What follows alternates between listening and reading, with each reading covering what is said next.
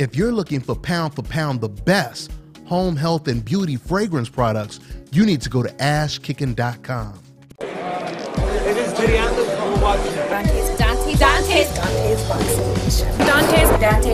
Boxing Nation. Keep watching. Keep watching.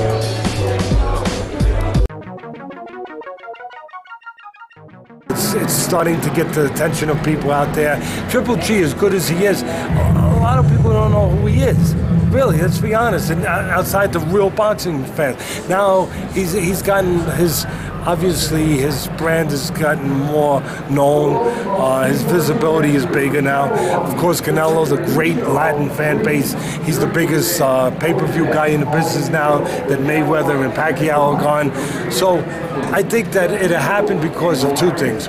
One, it's time where they can maximize the money. It's always about the money, right? It's time to push your chips up. And the other reason is, I think that Golden Boy finally feels that this guy is vulnerable.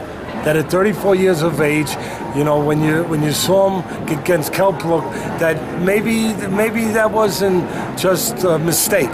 Maybe that just showed you how vulnerable and how overrated he is. And I'm not knocking him, but I'm just saying in certain areas that he don't rip open his shirt and Superman there. There's no Superman, and that you can hit him. Yeah, he's tough. Yeah, he's strong. Well, you're supposed to be tough when you're in the ring. That's what fighters are. So now I think they're looking and saying, hey, that Kell Brook, we weren't sure if it really showed us something because we thought he was sick. We thought this. Well, and then you look at Jacobs and you say, wait a minute. These two guys exposed him, where we don't have to be as afraid of him as we were before. And he's starting to slide a little bit.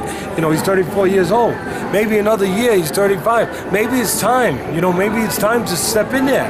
And I think in the past, the saying, and I think it was an appropriate saying for Golden Boy, that you don't go kill the goose that lays the golden eggs. Canelo's that goose.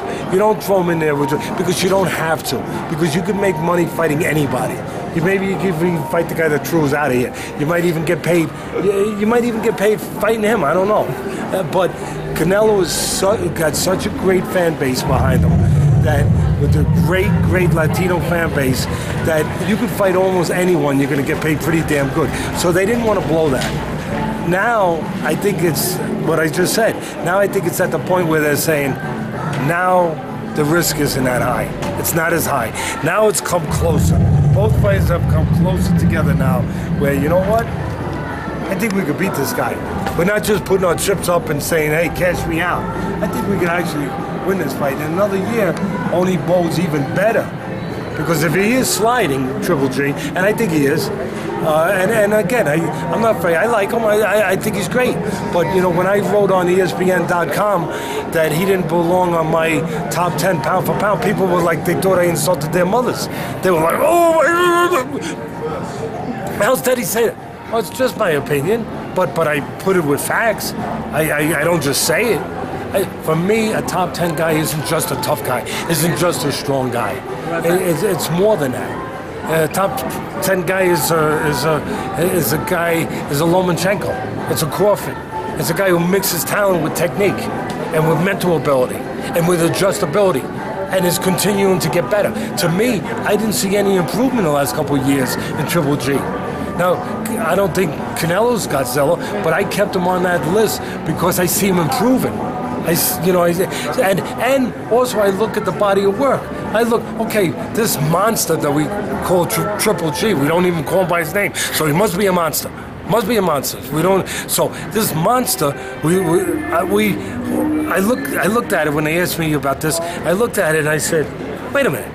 He beat all 35, 36-year-old European junior middleweights, for the most part, to get his resume up to this record. Who did he, I'm not saying he didn't beat nobody, but do those guys sound, you know, as scary as that noise back there sounds? That noise sounds scary, but those guys don't sound real scary to me.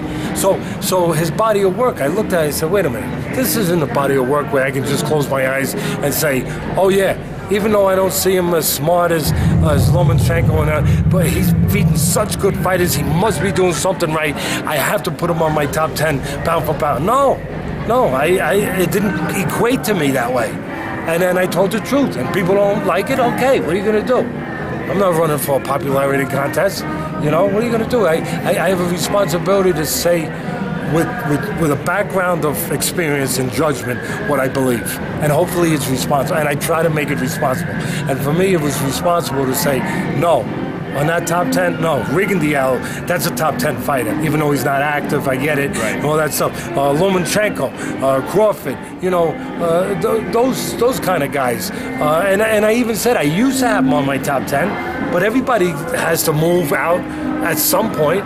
You know, it comes time when the moving van comes and they say, hey, you know, it's time to get your stuff and get out. Right. And I thought it was time for him to get out. Thanks, Teddy. Thank you so much for your time. Teddy, You're welcome. real quick, since you just said that, are boxing fans the most emotionally attached fans compared to other sports?